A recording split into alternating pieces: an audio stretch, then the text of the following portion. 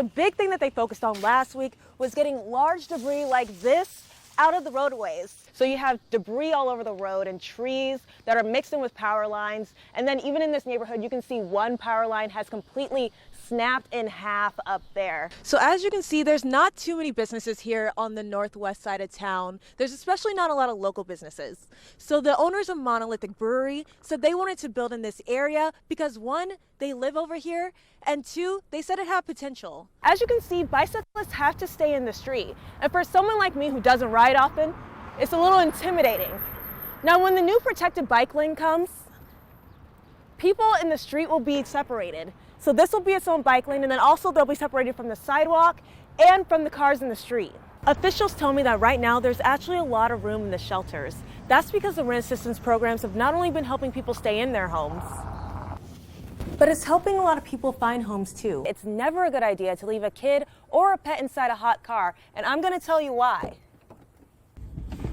Generally, when you get in the car, the temperature inside is at least 20 degrees hotter than whatever it is outside. When it comes to tomorrow's Pet Fest, they say that they're trusting their guests to not show up sick, wear a mask, and to keep at least 6 feet apart from each other. The yard signs you see behind me are mostly handmade, and the homeowner tells me that he put them up because he just had a message that he wanted to get across.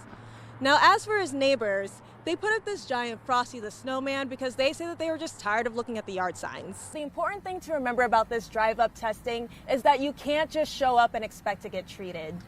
It's by appointment only. In Omaha, there are a lot of neighborhoods that have been deemed walkable by walkscore.com, including Dundee, the Blackstone District, downtown Omaha, and the Old Market. When it comes to traveling by car, the biggest thing you want to remember is to increase your traveling distance.